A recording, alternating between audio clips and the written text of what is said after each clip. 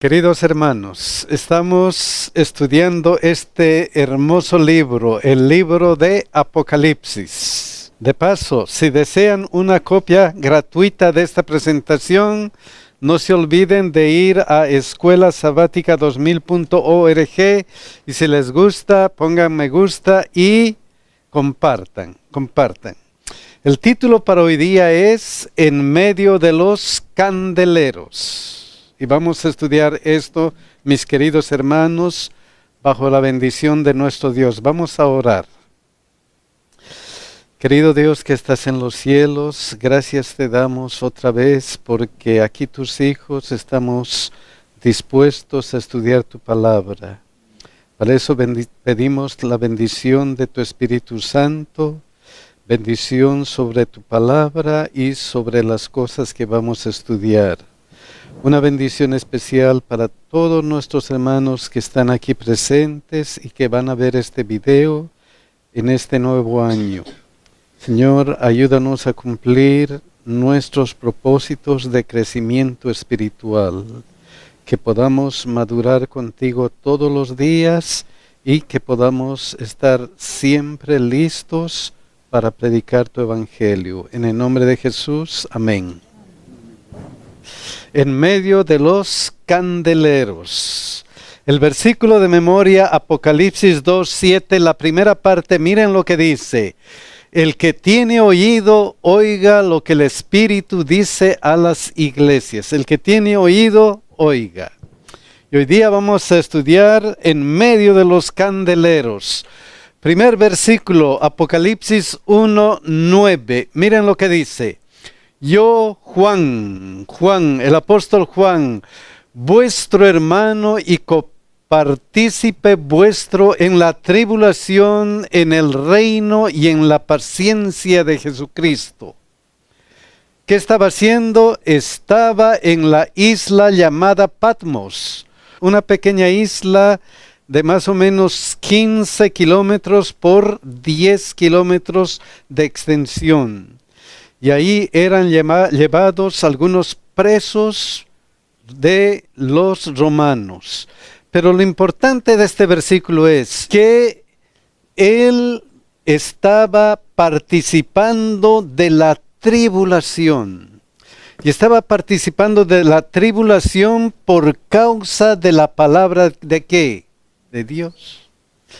Y efectivamente en ese tiempo todos los cristianos tuvieron problemas por la palabra de Dios.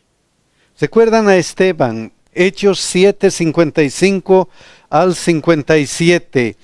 Pero Esteban, lleno del Espíritu Santo, puesto los ojos en el cielo, vio la gloria de Dios y a Jesús que estaba a la diestra de Dios y dijo: He aquí veo los cielos abiertos y al Hijo del Hombre que está a la diestra de Dios.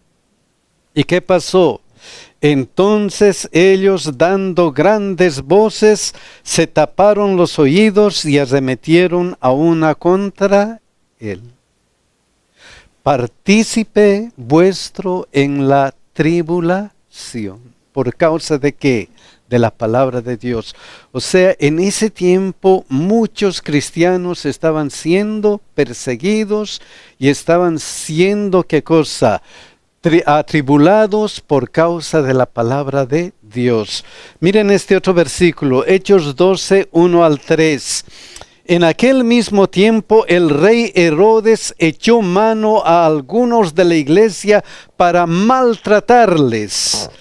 Y mató a espada a Jacobo, hermano de Juan, y viendo que esto había agradado a los judíos, procedió a prender también ¿a quién?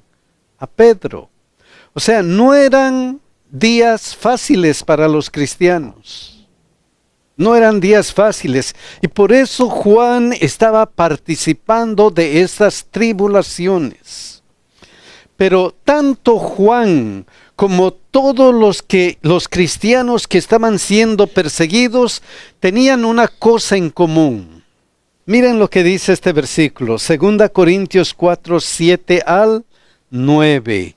Pero tenemos este tesoro en vaso de barro, para que la excelencia del poder sea de Dios y no de nosotros, que estamos como atribulados en todo, mas no angustiados.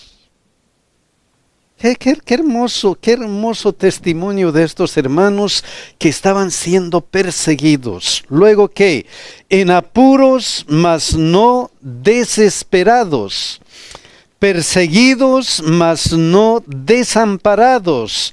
Derribados, pero no destruidos. Esa era la calidad de vida cristiana que tenían todos nuestros hermanos que estaban en los primeros tiempos de la iglesia cristiana. ¡Qué calidad de vida! Y todo ¿por qué? Por la palabra de Dios y el testimonio de ¿quién? De Jesucristo. Imagínense qué hermoso testimonio. Sí, mi hermano Armando y la hermana Juan en el libro Hechos de los Apóstoles, hablando de esto, dice: cuando la fe de los cristianos parecía vacilar ante la terrible oposición que debían soportar, el anciano y probado siervo de Jesús les repetía con poder y elocuencia la historia del Salvador crucificado y resucitado. Sostuvo firmemente su fe y de sus labios brotó siempre el mismo mensaje alentador. Lo que era desde el principio, lo que hemos oído, lo que hemos visto con nuestros ojos, lo que hemos mirado y palpado en nuestras manos, tocante al verbo de vida, lo que hemos visto y oído, eso es lo que anunciamos. Y dice más adelante que era tanto lo que incomodaba a los dirigentes que declararon que sus esfuerzos contra los cristianos no tendrían resultado mientras el testimonio de Juan repercutiera en los oídos del pueblo. El testimonio. Para conseguir que los milagros y enseñanzas de Jesús pudiesen olvidarse, había que acallar la voz del valiente testigo. Y le enviaron ¿a dónde? A la isla de Patmos. Pero en esa isla de Patmos, así estaba Juan.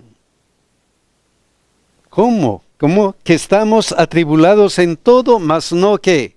Mas no angustiados, en apuros, mas no desesperados, perseguidos, mas no desamparados, derribados, pero no destruidos. Miren cómo estaba Juan. Apocalipsis 1:10. Yo estaba ¿cómo? En el Espíritu. Qué importante. Estaba consagrado ¿a quién? A Dios. Miren lo que habla la hermana de Juan acerca de él. Patmos, una isla árida y rocosa del mar Egeo, había sido escogido por las autoridades romanas para desterrar allí a los criminales. Pero para el siervo de Dios, esa lóbrega residencia llegó a ser la puerta del cielo. Allí, alejado de las bulliciosas actividades de la vida y de sus intensas labores de años anteriores, disfrutó de la compañía de Dios, de Cristo y de los ángeles del cielo, y de ellos recibió instrucciones para guiar a la iglesia de todo tiempo futuro. Imagínense al apóstol en esa forma. Hermano, al ver ese punto de 2 Corintios, ¿no? Nos da a entender de que en cada tribulación estaba la gloria de Dios con ellos. Y aún también con nosotros podemos estar. Por ejemplo, los 3 hebreos, en el horno de fuego, hermanos. La gloria de Dios estaba manifestando. De la ira, especialmente de aquel Nabucodonosor, se volvió un espanto, porque vio ahí a Jesús que resplandecía. También especialmente en estos otros personajes que usted mencionó. En realidad son cosas que nos animan a nosotros, hermanos, a seguir la vida cristiana. Amén, amén. Y así estaba Juan en esa isla de Patmos. ¿Y cuándo era eso? Miren lo que dice: yo estaba en el Espíritu en el día del Señor. La pregunta es, ¿cuándo es el día del Señor? ¿Qué es el día del Señor? ¿Qué es el día? Miren lo que dice Isaías 58:13. Si retrajeres del día de reposo tu pie de hacer tu voluntad en mi día santo. Mi día santo. ¿Cuál es ese día de acuerdo a este versículo? El día de reposo. El día de reposo. Miren lo que dice Éxodo 31:13. Tú hablarás a los hijos de Israel diciendo, en verdad vosotros guardaréis, ¿qué cosa? Mis días de reposo, el día del Señor. ¿Cuál es el día del Señor? Mi día de reposo, el día de reposo. ¿Por qué? Porque es señal entre mí y vosotros por vuestras generaciones, para que sepáis que yo soy Jehová que os santifico. El día del Señor es el día de reposo. Y eso no viene nomás desde los 10 mandamientos. Eso viene ¿desde cuándo? ¿Desde cuándo es el día de reposo de Dios? Génesis 2 y 3. Miren lo que dice. Y acabó Dios en el día séptimo la obra que hizo. Y reposó el día séptimo de toda la obra que hizo. Y bendijo Dios al día séptimo. Y lo santificó, porque en él reposó de toda la obra que había hecho en la creación. O sea, el día de reposo, el día del Señor, viene desde la creación. Y para que no nos olvidemos, en los 10 mandamientos Él escribió lo siguiente. Éxodo 29 al 10. Acuérdate del día de reposo para santificarlo. Acuérdate del día de reposo, de mi día, dice Dios. Y eso lo recalca aquí. 6 días trabajarás y harás toda tu obra, mas el séptimo día es reposo para Jehová, ¿qué? Tu Dios. ¿Es reposo para quién? Para Jehová tu Dios. Reflejando esto desde la creación, es reposo para Jehová, es su día especial, es el día que Él ha escogido para que nosotros vengamos y adoremos a Él, es su día, es para Jehová tu Dios. No hagas en él obra alguna, etcétera, etcétera. Entonces, en el séptimo día de Dios, Juan estaba en la isla de Patmos, en el séptimo día de Dios. Y para que no nos olvidemos, efectivamente, en ese día, miren lo que sucede. Éxodo 20:11. Porque en 6 días hizo Jehová los cielos y la tierra, el mar y todas las cosas que en ellos hay, recordando los días de la creación. Es mi día, dice Dios. Es el día de ¿quién? De Jehová tu Dios, porque Él ha creado los cielos y la tierra, y reposó en el séptimo día. Por tanto Jehová bendijo el día de reposo y lo santificó. Y por eso Jesús, estando aquí en la tierra, ¿qué es lo que dijo acerca del día de reposo? Mateo 12:8, ¿qué dice? Porque el Hijo del Hombre es Señor del día de reposo. Es el Señor del día de reposo. ¿Y cuál es el día de reposo? El séptimo día. ¿Y cuál es el séptimo día? El día sábado. Cuando ustedes leen su Biblia y tienen algo entre paréntesis que dice alguna cosa, ustedes ven el pie de página y ¿qué dice ahí? Dice, aquí equivale a sábado. Si es que no dice directamente en su Biblia, aquí equivale a sábado. O sea, el día del Señor, ¿qué día es? El día sábado. ¿En qué día Juan estaba, de acuerdo a la Biblia, estaba en la isla de Patmos y recibió el Espíritu? En el día del Señor, en el día sábado. El día sábado. ¿Y qué ocurrió ese día sábado especial? ¿Qué es lo que sucedió? Y oí detrás de mí una gran voz como de trompeta. Una gran voz de trompeta. ¿Y qué pasó cuando él escuchó esa voz? Apocalipsis 1, 12 al 13. Miren lo que dice. Y me volví para ver la voz que hablaba conmigo, y vuelto vi 7 candeleros de oro. ¿Qué es lo que vio? 7 candeleros de oro. ¿Qué significa eso? 7 candeleros, ¿qué es lo que significa? La Biblia explica, vamos a ir a Apocalipsis 1:20, miren lo que dice. El misterio de las 7 estrellas que has visto en mi diestra y de los 7 candeleros de oro. Las 7 estrellas son los ángeles de las 7 iglesias. Y los candeleros, ¿qué son? Y los 7 candeleros que has visto son, ¿qué cosa? Las 7 iglesias. Importante que el apóstol, bajo la inspiración de Dios, nos explica qué es lo que está viendo. Entonces vi 7 candeleros de oro, o sea, representando a las 7 iglesias. ¿Qué más? Y en medio de los 7 candeleros a uno semejante al Hijo del Hombre. ¿Quién es el Hijo del Hombre? ¿Quién es el Hijo del Hombre? Miren lo que dice Marcos 8, 29 al 31. Entonces él les dijo, ¿y vosotros quién decís que soy? Respondiendo Pedro le dijo, tú eres el Cristo. Pero él les mandó que no dijesen esto de él a ninguno. Y comenzó a enseñarles que le era necesario al Hijo del Hombre padecer mucho. ¿A quién? Al Hijo del Hombre. ¿Quién era el Hijo del Hombre? Cristo. Y ser desechado por los ancianos, por los principales sacerdotes y por los escribas, y ser muerto y resucitar después de 3 días. Entonces, ¿quién estaba en medio de las iglesias? Estaba nuestro Señor Jesucristo. ¿Y cómo estaba?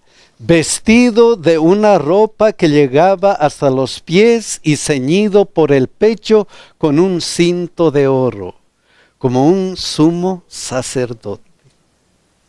Como un sumo sacerdote que cuida ¿a qué?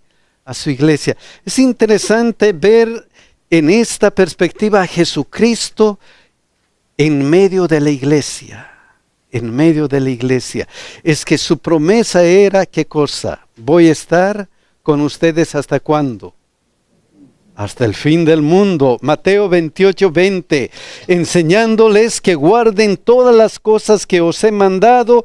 Y he aquí yo estoy con vosotros todos los días hasta el fin del mundo. Él toma cuidado de su iglesia.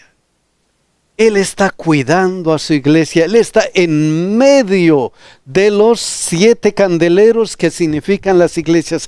Él está cuidando a su iglesia. Otro versículo que nos habla de eso es Levítico 26, 12. ¿Qué dice? Y andaré entre vosotros y yo seré vuestro Dios y vosotros seréis ¿qué cosa? Mi pueblo. Andaré entre vosotros en medio de la iglesia. Estaré con vosotros. Eso es algo que no se nos debe olvidar. En cada momento, en todo instante, ¿quién está con nosotros? Dios. Dios está con nosotros y eso nos da la seguridad nuestro Señor Jesucristo. Entonces Apocalipsis 2:9 continúa diciendo, yo conozco tus obras, porque Él está con nosotros todos los días, porque Él nos cuida. Él nos dice, yo conozco todas tus obras.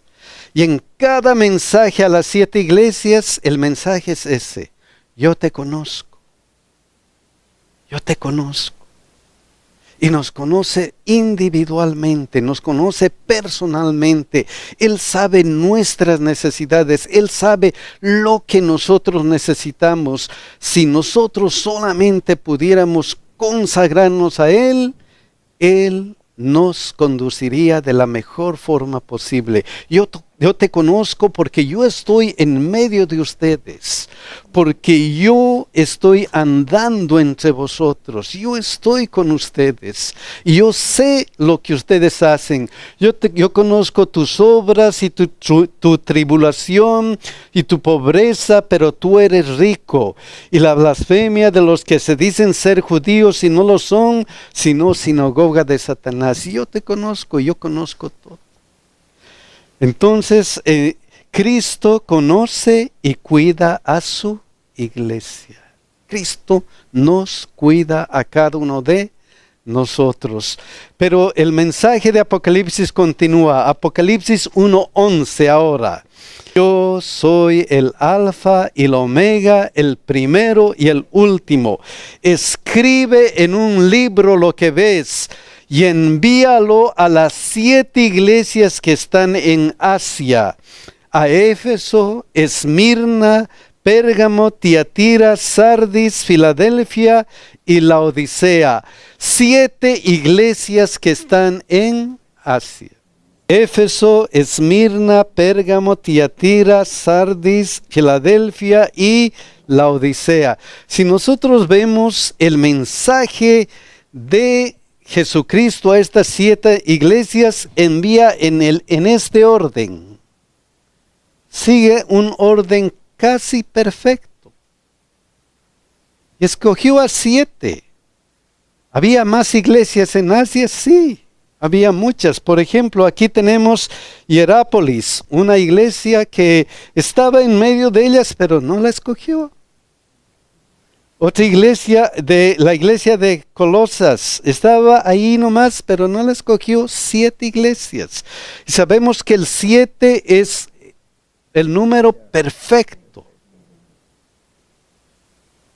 Y como Apocalipsis es un libro profético, entonces es bueno entender que este mensaje a las 7 iglesias también era un mensaje que se iba a extender hasta nuestros días. Diversos tiempos, periodos por los que la iglesia iba a pasar a través de toda la historia de la humanidad, desde que Jesucristo vino aquí. Y eso vamos a estudiar a través de este sábado y el próximo sábado, empezando este sábado. Primero Éfeso, luego Esmirna, Pérgamo, Tiatira, Sardis, Filadelfia y Laodicea. Es importante eso. Entonces, este mensaje de Apocalipsis tiene 3 funciones. Primero, era para las iglesias particularmente, para ellos. ¿Tenían algún problema? Era para ellos. En segundo lugar, era un mensaje profético. Profético hasta nuestros días. Y en tercer lugar, era un mensaje personal, universal. Era un mensaje universal, pero personal para cada uno de nosotros. Para cada uno de nosotros. Entonces, Cristo dio mensajes para ayer y hoy mediante esto de las 7 iglesias. Empieza con Éfeso, Apocalipsis 2:1. Escribe al ángel de la iglesia en Éfeso, el que tiene las 7 estrellas en su diestra, el que anda en medio de los 7 candeleros de oro. ¿Quién es el que tiene las 7 iglesias y el que anda en medio de los 7 candeleros de oro? Cristo. Jesucristo. Jesucristo les dice, yo te conozco. Entonces, lo primero es la iglesia de Éfeso, que durante el periodo profético abarca del 31 después de Cristo al 100 después de Cristo. Pero el mensaje personal, miren lo que dice. Apocalipsis 2, 2 y 3. Yo conozco tus obras y tu arduo trabajo. Es un mensaje personal. Y lo declara con tú. Yo conozco tu obra. Yo conozco tu trabajo. Yo conozco lo que tú haces. Eso se refiere a nosotros. Yo sé cómo estás. Yo sé cómo estás, yo sé qué es lo que estás haciendo, yo sé qué es lo que estás sufriendo, como hemos visto en los versículos anteriores. Yo sé por lo que estás pasando, yo conozco tus obras. Y miren el mensaje especial: tu arduo trabajo y paciencia, y que no puedes soportar a los malos, y has probado a los que se dicen ser apóstoles y no lo son. Tú eres bueno.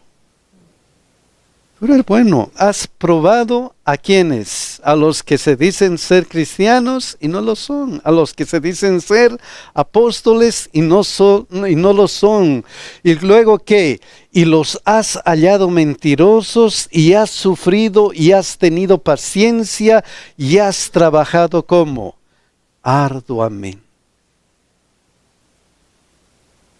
Y eso nos dice a nosotros, y eso dijo a la iglesia que estaba naciendo allá de los años 31 hasta el año 100. La iglesia que estaba sufriendo, la iglesia que estaba predicando, la iglesia que hacía todo lo posible por predicar ¿a quién? A Cristo. Y eso también nos dice a nosotros. Pero ¿por qué esta iglesia tiene estas características? Tienes buenas obras, eres fiel y paciente. ¿Por qué? ¿Por qué tenía esas características? Yo conozco que tú tienes buenas obras, tú has trabajado, tú has sido que fiel, has probado a los apóstoles falsos. ¿Y qué has hecho? Los has hallado mentirosos, y has sufrido y has tenido ¿qué cosa? Paciencia. ¿Por qué? ¿Por qué esa iglesia estaba de esa forma? ¿Por qué? ¿Cuál era la característica de esa iglesia? Habían persistido, no habían desmayado. No habían desmayado. ¿Pero por qué no habían desmayado? ¿Por qué? ¿Por qué? Por amor de Jesús. Ahí está, ahí está. ¿Por qué? Por amor de mi nombre, y no has desmayado. O sea, el amor que tenían a Jesús sobrepasaba todo lo que ellos estaban pasando. Por amor. Efectivamente, miren lo que dice Efesios 1:15 de esa iglesia. Por esta causa también yo, habiendo oído de vuestra fe en el Señor Jesús y de vuestro amor para con todos los santos, su fe y su amor para todos los santos. Entonces, lo que les guiaba a ellos era ¿qué cosa? El amor que habían tenido ¿a quién? A Jesús. ¿Amamos o no amamos a Jesús? La primera vez que hemos escuchado de Jesús, ¿qué es lo que hemos hecho? ¿Qué es lo que hemos hecho? Y aquí a Jesucristo, a la iglesia le dice: ustedes han amado a Jesús, se han entregado a Jesús, tienen amor a Jesús. Y ese amor, ¿qué es lo que debería pasar con ese amor? ¿Qué es lo que debería pasar con ese amor? Miren lo que dice Efesios 4:15. Sino que siguiendo la verdad, ¿en qué? En amor, ¿qué pasa? Crezcamos en todo en aquel que es la cabeza, esto es ¿qué cosa? Cristo. ¿Qué es lo que debería ocurrir? El cristiano que ha aceptado a Cristo como su Salvador personal tiene que crecer y continuar creciendo. Pero a veces, ¿qué nos sucede? Apocalipsis 2:4. ¿Qué puede suceder? Pero tengo contra ti, ¿qué? Que has dejado tu primer amor. ¿Ocurre o no ocurre eso en la vida individual? ¿Nos ocurre o no nos ocurre eso? ¿Nos ocurre o no nos ocurre? Tenemos que pensar. Pero has dejado tu primer amor. Has dejado. Hay dos cosas nomás que pueden pasar. Uno, o creces o dejas tu primer amor. O creces o dejas. ¿Cómo estamos nosotros? ¿Cómo estamos con relación a nuestro Señor Jesucristo?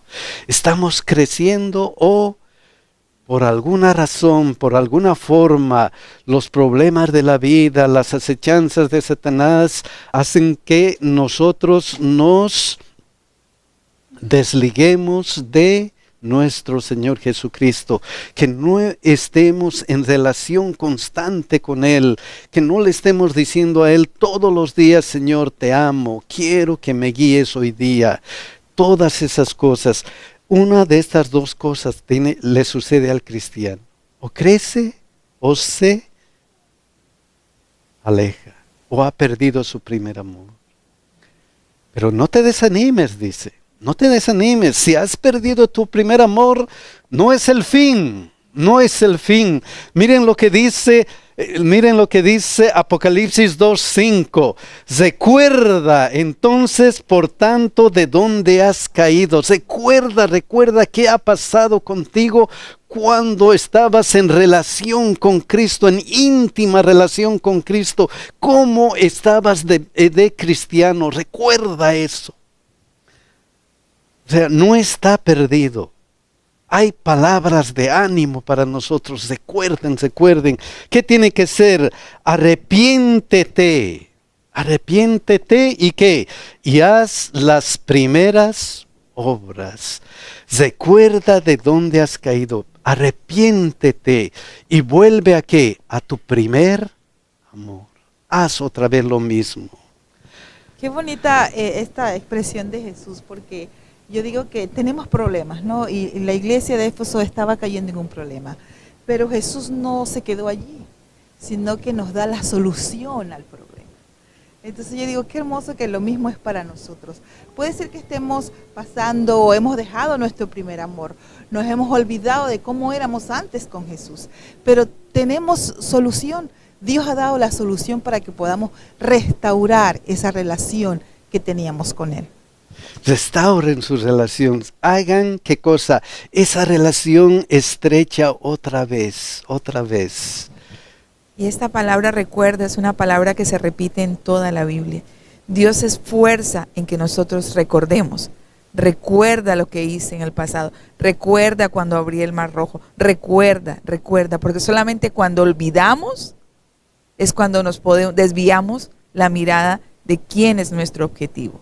Pero si nosotros constantemente estamos recordando, le dice a él, por eso le dice a ellos, en otras palabras, regresa a tu primer amor, a todo eso que tenías al comienzo, que estaba lleno de fe, de testimonio, de testificación de tu maestro.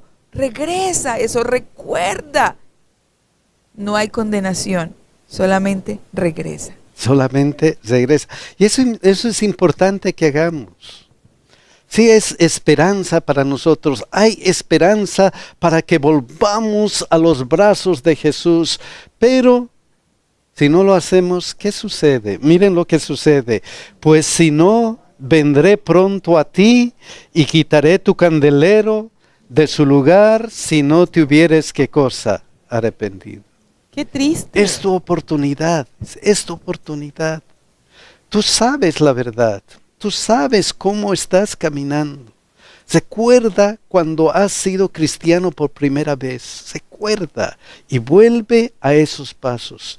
Porque si no, te vas a enfriar más y más y más y ya no va a haber ¿qué cosa?